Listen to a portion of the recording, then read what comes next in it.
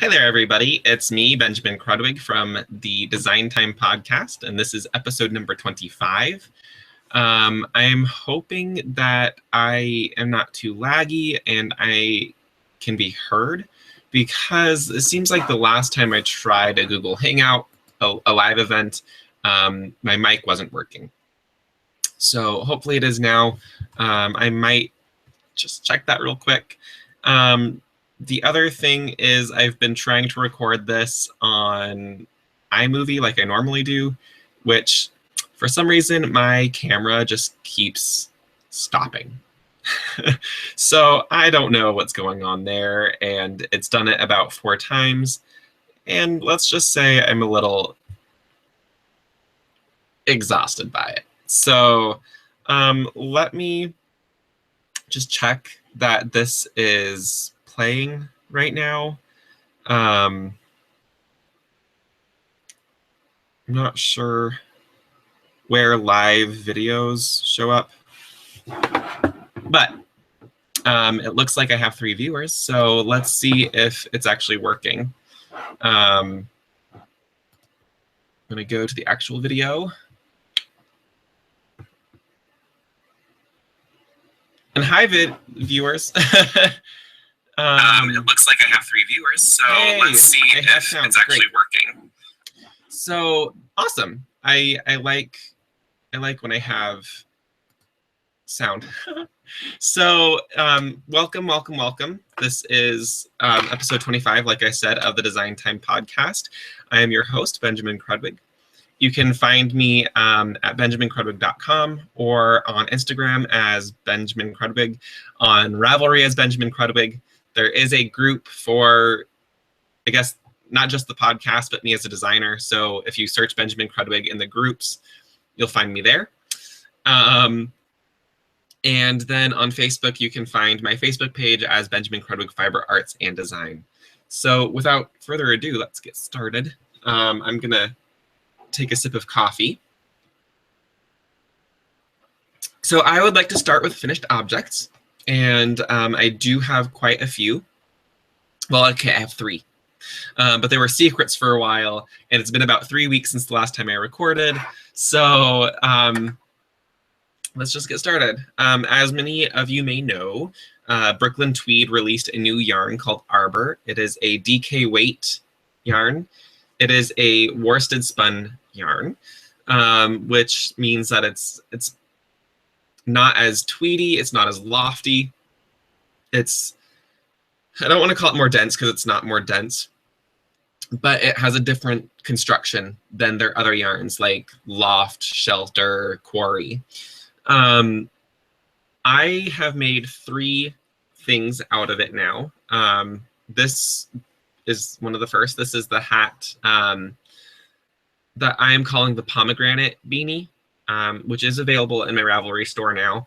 I created a pomegranate cable. So if you look at it, the design looks like when you cut a pomegranate in half, and they're just kind of stacked up all the way to the top. This pattern is available in 3 sizes. So this is a small, there's a medium, and a large. The circumference size is written into the pattern, so you can choose the right one for you or your loved one, whoever you're knitting a hat for. I really loved knitting with this yarn. It's super smooth, it's super squishy. It's 100% American Targhee wool, which is very squishy. Like if you feel it, there's a lot of squish factor to it, and it's actually very soft to the skin. I knit the small version of this because I tend to like wearing hats that are very close fitting. So like a proper beanie, if you will. So yeah, I'm really into this hat, and it's very warm. So I'm sure the weather has gotten quite cool here in Colorado. Like a week ago, it was in the 70s and the 80s during the day, and then it would dip down into the 30s and 40s in the night. But now it's like we're dipping down to 30s and 40s at night and then staying about mid 50s, mid 60s during the day. So fall is definitely upon us.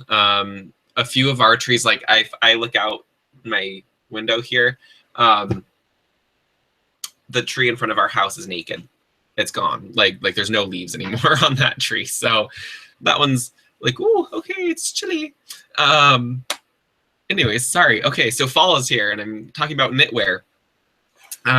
So the next project that I have here is called the Hooded Dragon Cowl, and it is knit out of Brooklyn Tweed Arbor and Quarry. I used the alizarin crimson, well, alizarin is the colorway, in DK, the Arbor weight, or in Arbor, the DK weight, blah, and then Quarry in the Moonstone colorway. So this is a fun pattern. It's convertible, so you can wear it a couple of different ways. So you put it on with, okay, so let me do this properly. You put it on with the short side in the front, and then back here you give it a little twist. Let's see, I lost it. There's the front. And then you have a nice little hood. I don't know, it looks really cool in my opinion. I love this pattern. So you have a little hood, and you can like cinch it a little bit closer by bringing the front forward. Or, let me take off my glasses for this one. You can wear it as a regular cowl. And the way that I constructed this makes it really lovely, where you can get that nice bunch in the front, but then you don't have a whole lot of fabric in the back because of the way that I constructed it.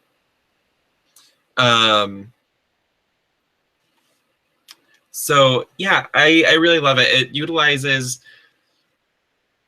the bulky weight Quarry and the DK weight Arbor. And what this does is it creates this nice ridged texture. I use the same needle size all the way throughout. So it's basically a needle size below what I would normally use for bulky weight, and then a needle size above what I would normally use for DK weight. And the way it works out is just really great. So I also utilized an I-cord. This is not knit onto it, so you knit it separately. It's on the top and the bottom. I call it my bone I-cord. So I tried to make it look like bone, you know, like a dragon bone. This is also available in my Ravelry store. It's a fun knit. It can be worn a few different ways. You can even wear it kind of like a vest shrug, which I don't know. It's not my look because, well, I'm like, guys don't really wear shrugs. So yeah, I think for women in particular, it might look really nice as a shrug. So that's not the only pattern that I made, or only two patterns that I made out of the DK weight. And it all started because when I was working at Shacked, by the way, so for those of you who don't know, about 5 weeks ago, I stopped working at Shacked Spindle Company as their advertising and marketing manager, and I am now an account manager at Stitchcraft Marketing. So I'm very, very happy to have joined that team. It's very bittersweet to have left Shacked, but I'm still in contact with them, and it's great. Like, I love the company, and you can see I have one wheel here, I have my loom here, I have another loom up there. Like, I'm still gonna be forever in love with that. So what I want to show off though is before I left, I coordinated about 10 collaborations with different yarn companies to do weaving projects. And some of them were small yarn companies like Indie Dyers. Some of them were large yarn companies, one of which being Brooklyn Tweed. So I contacted them and asked if they wanted to participate in one of our collaborations, and they said yes. And this was a few months ago, and they said, hey, we're working on a new yarn. It's a DK weight worsted spun, and we think it would be perfect for weaving. It turns out that it is perfect for weaving. So again, this is Arbor in the alizarin colorway. And I also used the Moonstone colorway in Quarry for this project. These are felted squares. In fact, let me go get my swatch. Swatches. So they sent us a couple of yarns to play with, basically one of each kind of the yarn lines that they currently have. So I made 3 swatches. This is in, I think this is in Loft and in Quarry. And you can see it's a much more muted tone. And part of that, it's also a lot fuzzier. So I felted this. And that's because it's woolen spun. And so the fibers are kind of all over the place. It's easier to felt woolen yarn, just because the fibers are already jumbled up. So when you felt them, they're going to get even more jumbled up. So this is one just to see. Basically, it's proof of concept, to put it in a prototyping sense. I then used, they sent an undyed skein of Arbor. So I tried it in the undyed. There we go. There we go. And you can see that it worked. It gives me a nicer, I don't know, a thicker fabric, which I really liked.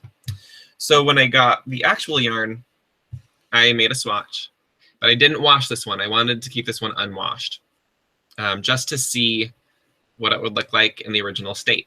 So you can see, if I hold it up to the hat, the Quarry, the Moonstone, actually gets less apparent as it gets felted, because the red kind of covers up some of that a little bit.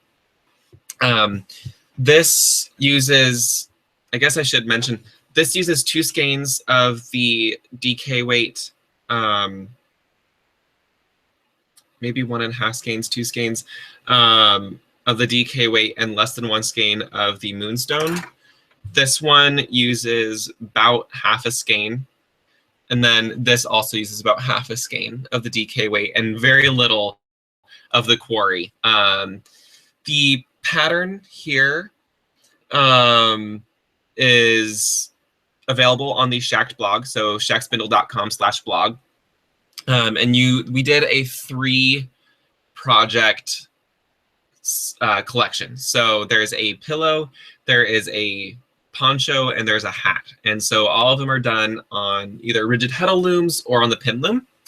So yeah, check out those projects if you have a skein of Arbor or a few skeins of Arbor. If you don't have a few skeins of Arbor, I would highly recommend that yarn. It's delightful. It is absolutely delightful. So those are my finished objects for the week, or last 3 weeks that I'm allowed to show now. I just sent off another finished object to a magazine, so I won't see that. Like, you won't see that for a few months, but I will tell you about it when it publishes. That's like the hard thing about doing design work, because frequently, like, you're working like 7 to 9 months ahead, and at that point, you'll work on something for a few months, you'll send it off, and it doesn't publish for 7 months. So you're like, well, okay, like, I just work. It's like a year from inception to being able to show people, which is kind of a bummer sometimes, but it's also fun to see your work in print. Let's move on to works in progress. So I think the first one I'll share with you is actually a object. It's not a sock. It's a shawl. Well, it's a kerchief. It's not really a shawl. So if you see the striped thing right here, that is a new shawl that I will be posting on my blog soon. It's going to be a free pattern. It's, I don't know, it's one of my new favorite patterns that I've ever done. I like to play with symmetry and asymmetry, which I think some people really like and some people don't like. Some of my patterns that are asymmetrical are not as popular as some of mine that are more symmetrical, but I'm not going to stop being who I am. I like doing asymmetry, and I think that one will translate well because it's in a small scale project and it's fun and it's whimsical. The yarn that I'm using is Mountain Meadow Wool in their Powell base, which is an 85% merino and 15% alpaca yarn, which is super, super soft. Oh my gosh, I love this yarn. This colorway, the green, is Fern, and then this natural colorway is Natural. So I'm really enjoying working with this yarn. It's worsted weight, and it's delightful. This project has been on my needles for over a year and a half. Well, a year and 3 months, so a year and a quarter.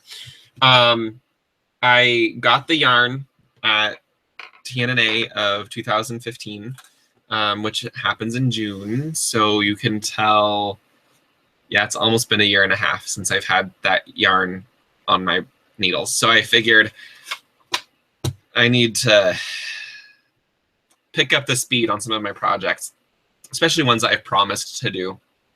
So I also am using a button from Balwen Woodworks. Let's see if you can see that. So you see this button in the middle. If you go to balwenwoodworks.com, or if you look for them on Instagram as @balwenwood, they use reclaimed materials to make their buttons and other closures. So I would highly recommend them. I love the button. I have this one exactly, well, almost this one exactly. And I think it works really well with this project. It's also pretty whimsical, and I'm loving it. So yeah, that project will be on my blog probably within the next couple of weeks. I'd like to get it on the blog just to talk about the yarn and talk about what I did. Yeah, it should be fun. It's just hanging out, blocking right now. And then I still have some other things to do to finish it. Like I need to do a couple of button loops, crocheted button loops. I didn't do that quite yet because I didn't want to do it before blocking in case the crochet was too tight. But I think it'll be fine. I think it'll be fine. So that will be a free project coming up here soon on my blog. The next work in progress is my newest work in progress. And I'm really loving this one. Okay, here we go. So this is some of my hand-dyed yarn. This is actually a base from Anzula. I got it undyed from them. If you can't tell, I love Anzula yarns. I have, just up here, I have a new yarn setup. And I have like maybe like 1.5 cubbies full of Anzula yarn. So Anzula Luxury Fibers, super, super awesome. I love them. This is their Dreamy base, which is a merino cashmere nylon fingering weight. And I dyed it to look like rust. So it has like this kind of lovely crimson tone. And then the way that I dyed it left some parts a little bit more undyed. And then other parts where it came in very close contact with the dye, very dark, which I love. So I'm knitting a side-to-side shawl out of it. Currently, I'm going between garter stitch and Eye of Partridge. And then what I'm going to do is do some other stitch structures. So the next one I'll probably do after this set of garter is an eyelet lace section. So it kind of has the holes of rust. I am using my new Knitter Side Royale needles in the US size 5 or 3.75 millimeter. This is my review for today, so I'll be reviewing this in a few minutes. I love these needles. I have the Knitter's Pride Carbons as well, the interchangeable needles, which I love for different reasons. And I'll compare these two in the review. So I'm sorry if I just flipped you guys off. That was not intentional. So let me talk about my next work in progress. For knitting, I'll get into the review, and then we'll talk about some weaving and design. So the next project that I have on my needles, you saw in my last podcast, but I did get a little bit more work on it done, and I'm tangled. Okay. So this is what I'm currently referring to as my fox shawl, just because it's kind of those fox colors. This is made out of Woolly Wonka yarns. I believe it was her Ceridwen sock base in a gradient set, which you can see my yarn in here. So it's this lovely orange color, and I forgot what color that was, and I'll try to remember. And then this is a nice gradient set that was just grays. And this might become a pattern. I don't know. I'm going to do something experimental with it. So we'll see if that goes well. And I'm almost done. So this is as much as I have left of this light gray yarn. So I'm about to get into the next color of gray. And that's when this shawl is going to take a turn for something unconventional, I hope. So I am using my Chiaogu needles. This is a US size 6 or a 4mm needle. I don't know if there's a special term for these ones. They're just a regular straight needle. It's a fixed circular. I really like Chiaogu. I really do. And this yarn seems to work really well with these needles. So I'm really enjoying knitting with these needles with this yarn. This is my first color work project that I've done like color blocking in, and I'm really enjoying it. It doesn't seem to be causing any issues for me, so I'm happy. Oh my gosh, I'm sorry for all of you listening that I just knocked those my needles on the table. So yeah, those are my works in progress. I don't think I have anything else going on. I tend to start a whole bunch of projects after I finish a project because I have like startitis, but whatever. I think all of us can relate to that. So before I get into weaving and design, I'm going to review these Knitter's Pride Royale things. So let me just start from the beginning. So I received these in the mail. This is a full set, and this goes from the US size 4 to is it 13? Pretty sure it's a US size 13. Oh, sorry, US size 11. So let me open this. Here we go. So it is a, I don't know, okay, let me pause. I really like how these feel. I have used them on 2 projects now, 3 projects now? 2 or 3 projects now. I was using the US size 8s with the dragon cowl. I think I used the US size 7s for the hat. And I am currently using the size 5s on this shawl. What I am loving is the cords are color-coded now. So I don't know if you can tell. This is a lighter orange, this is a darker orange, and there's different colored cords for different lengths. When you undo a cord, it's actually quite nice. I know some interchangeable sets have those cords that are really stiff. I do not find that to be the case with these Knitter's Pride ones. If you have any of their other sets, so like the Carbons, These have the old black cords. I would say that they're very similar in like flexibility. So if you really like the ones that are on the carbons, you'll like what's on the Royales. The Royales are made out of a wood, so they're warm to the touch, but they do have a metal tip. The tip is quite similar to the carbons, but I don't know if you can see this. The carbons have a longer tip. Let's see, what size are my carbons? Size 7. So let me compare the 7 with the 7. Okay, so it looks like the 7s have the same length of tip, which is great. I believe it's the same exact tip. The carbons are a little more grippy than the wood. So if you're using like a really slick yarn, you might want to use the Royales. If you're using a slightly less slick yarn, the carbons are great. They both feel warm to the touch.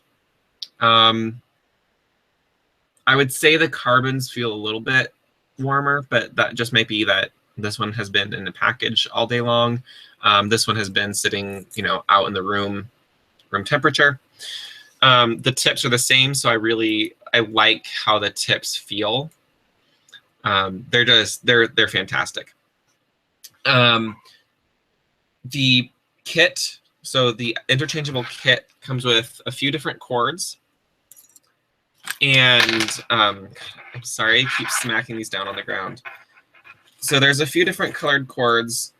So the really small one is the blue, and I think these are actually not. This was my personal cord, so this is not in the kit. This is for like small diameter projects. Because I used my Royales on the hat. I used a small circumference to get started, but they still live in here. It comes with the keys, obviously, to loosen and tighten them.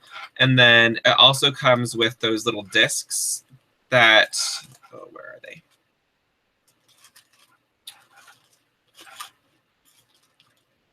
Oh, so the little discs that you screw on to the bottom as little stoppers. So I don't know, I've enjoyed them. I love them to pieces right now. Like, they have been my go-to needle for every project that I've done recently. I'll probably be using these ones soon, the US size 11s, because I have a fun project that I want to get working on. So if you like Knitter's Pride and have been happy with their previous, whatever you call them, previous needles, you'll probably really like this set. Something that I really love about the Knitter's Pride, I mean, the thing is, like, yeah, I'm not a pink guy, but it's an embroidered bag that's like so cute. It's Paris stuff.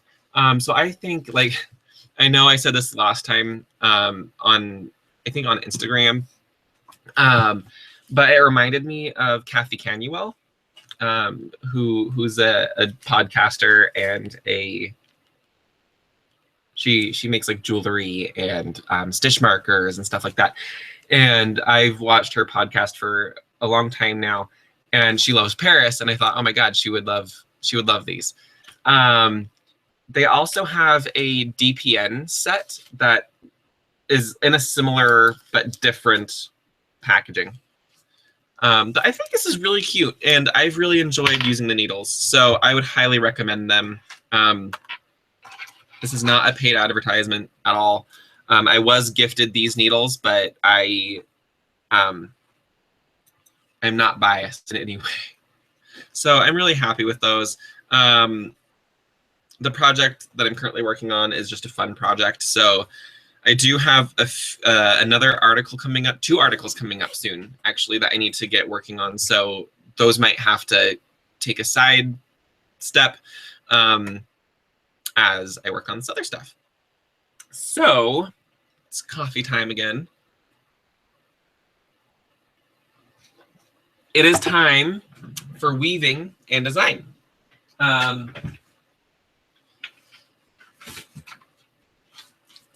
Okay, so as many of you know, I did a make-along with Wool and Vine Yarns, or the Yarngasm podcast by Kristen. And we did a Victorian make-along, which both of us didn't finish our projects, but I think both of us got a lot of progress on our projects. I want to thank anybody who participated in this make-along in her thread or my thread. I will be doing a giveaway, I believe, on that, but I need to find the prize that I want to donate to the cause, and then do random.org to do the prize. And so I designed fabric and wove fabric to sew myself a Victorian style coat, top coat. So I think I underestimated how much time it would take me to do everything else in my life on top of weaving the fabric. So this is my fabric. This is 5 pounds of fabric. And I don't remember how many yards. So, you know, memory. The front and the back look different. So this is the front side, and this is the back side. You can actually see I made a mistake at the beginning, so you can see the front and the back together down here. And I was going to use the front side as the right side of the fabric for my coat. So, you know, imagine this. And maybe I would do that as the lapel. But now that I'm seeing it more, I might do this pattern as the front, and the lapel would be the zigzag. Like, I think that just looks cleaner or less crazy. I don't know. But today I'm hoping to take some time to create a muslin of the jacket before I cut into my hand woven. I'm not scared of cutting hand woven fabric anymore, but I don't want to do it without knowing what I'm doing. So I've never made a coat before. I've made a vest, and I've made a couple of other things, you know, sewing wise, and I'm comfortable with sewing, and I'm comfortable with sewing different types of fabric, but I am not comfortable cutting into something that has taken me hours and hours to make without having a plan. So this has been a process. This is my coat design. I am not the best at drawing and doing like body things, but I think this looks pretty good. So I thought about doing just a green lapel, but I've decided against that. I think that might start getting a little costumey. Not to mention, I don't think I have enough of the green yarn left to do another woven piece to do the lapel. I'm not sure. Yeah, it looks like, well, I don't know. I might have enough. And what I would probably do is just do a plain weave on my rigid heddle loom, my Cricut loom, for that. And then I need to find some green buttons, I think, because I think I do green buttons. I might fabric wrap some buttons, but the fabric that I have that I've woven is going to be too bulky. So I might just have to find some green fabric that will work with this. So I'll probably be putting pockets either on the front, you know, do one of those pockets, or build them into the side. Traditionally, I think you would see them on the front, But again, my skill versus my desires might make me do the inset pockets on the side. That would be much easier to do. So if you want to track my progress on this, the best way to do that is on Instagram and my Facebook page. So I've been posting photos as the process has been going on that page. On a Facebook, it's a photo album of start to finish. So a fun thing is, well, so here's, look, it's my vest. This thing right in here is a body form that I made. My wife and I made it together. She wrapped me in saran wrap and duct tape, and we then cut it off of my body. I've stuffed it with some foam, some green like upholstery foam that I've had for a little while. However, I don't think that's going to be dense enough. I think I might go get some spray insulation from the hardware store, where it'll harden. You know, like it's like gap filler for door jambs and window stuff. I mean, I used to work in that department, so I don't remember what it's called. I don't know. But I'm going to use that as my body form, so I'm not constantly trying to measure myself. That has my exact measurements, so I'll be able to put it on probably like over my dress form that I currently have, and build off of those measurements, basically. So I'm really excited to start that. I think I'm going to work on it today and tomorrow.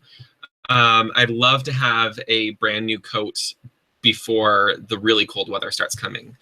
I will be lining it with like a satin. So I'll probably go with a gray satin, since there's already enough bold green in it, some chartreuse green. I mean, this is going to be a statement coat, so it'll be fine.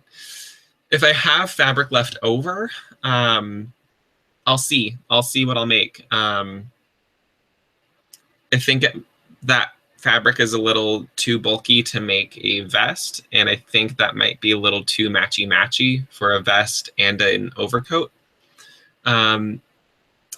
It might be kind of fun to make a top hat out of it. I don't know.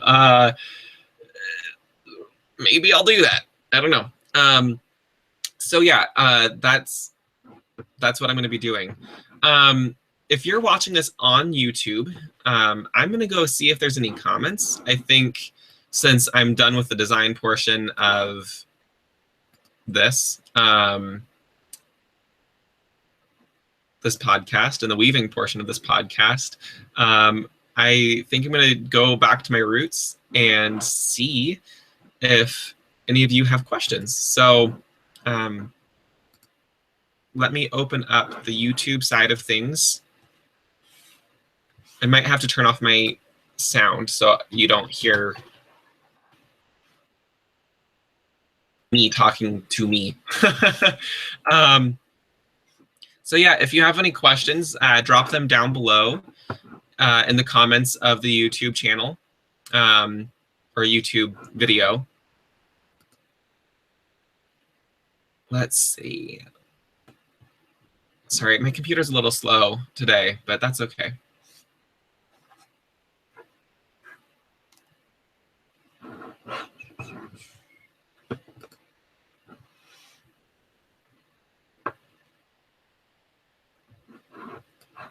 It's taking its sweet little time.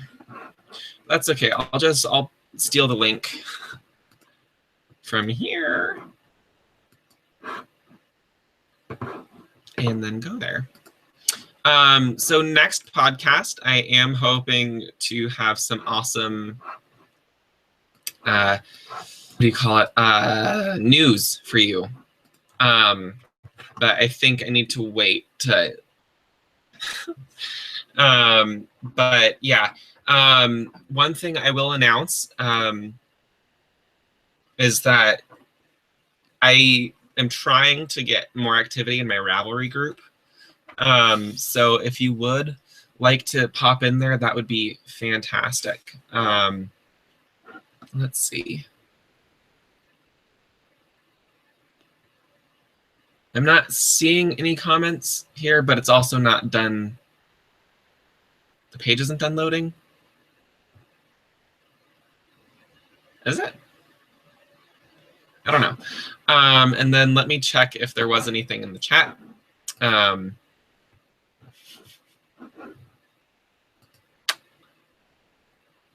There is not. So that being said, I'm going to say goodbye for today and see you for episode number 26. Please don't forget to give this video a thumbs up. Please subscribe if you haven't subscribed already. And if you would like to follow along on my crafting exploits, please find me on Instagram and on Ravelry and on Facebook, my Facebook page. So Benjamin Krodwig Fiber Arts and Design. And then if you want to get the free pattern of the asymmetrical kerchief that I'm making, check out my website at benjaminkrodwig.com in about a couple of weeks. And I'll announce that on the podcast as well. Yeah, so thank you for watching, and I will see you next time. Bye.